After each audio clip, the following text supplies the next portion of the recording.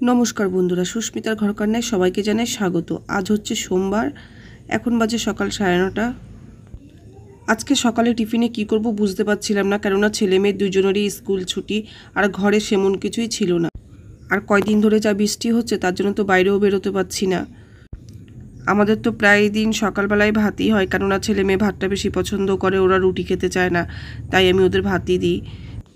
কিন্তু আজকে সকালবেলা একটু আমার ভাত করার ইচ্ছে নেই, আর ভালোও লাগছিল না ভাতটা করতে, কেননা সবসময় ভালো লাগে না তো ভাত খেতে, তোমাদেরকে বললাম।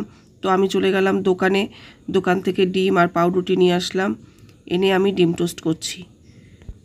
আর ছেলে মেয়েকে বলেছি যে আজকে সকালে কিন্তু কোনো কিছু খাওয়ার হবে না, না খেয়ে থাকবি, কেননা তোরা রুটি খেতে চাস না। তো যাই হোক, ছেলে মেয়েকে তো আর না খাইয়ে রাখতে পারি না, বোঝোই মার মন।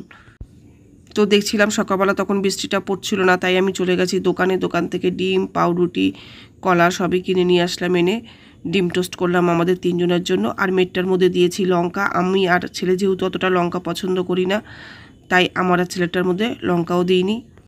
আর এদিকে তো আমাদের তিনজনের ডিম টোস্ট হয়ে গেছে, তো আমরা নিয়ে চলে এসেছি ডাইনিংয়ের মধ্যে।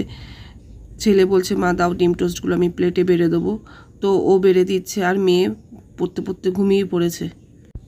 আর একেতে বৃষ্টির ওয়েদার, তার মধ্যে আমি ছিলাম না বাড়িতে, ব্যাস।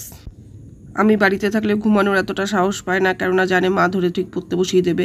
আর ছেলে দেখো এখানে খেতে বসে গেছে, কেননা আর থাকতে পারছে না ও গন্ধে। তো আমি আবার গেলাম মেয়েকে ডাকতে, কেননা ও শুয়ে আছে, ওকে ছাড়া তো খাওয়া যাবে না। দেখো কত জামা কাপড় সব ঘরে মেলা, কেননা বৃষ্টির জন্য তো বাইরে কিছু মেলতেই পারছি না। তো ওকে আমি ডাক দিলাম, তো খেতে চলে এসেছে। তবে বন্ধুরা, আজকে সকালের পর থেকে আর কোনো ভিডিও করতে পারিনি, কেননা এরপরে আমাদের ফোনটা হঠাৎ করে খারাপ হয়ে গেছে। তো ব্রেকফাস্ট করার পরে তারপর চলে গেছিলাম ফোনটাকে সারাই করতে। তাহলে বন্ধুরা, আজকে ভিডিওটা একটুখানি কীরকম লাগলো অবশ্যই জানাবে, যদি ভালো লাগে তবে লাইক কমেন্ট এবং শেয়ার করো। টাটা।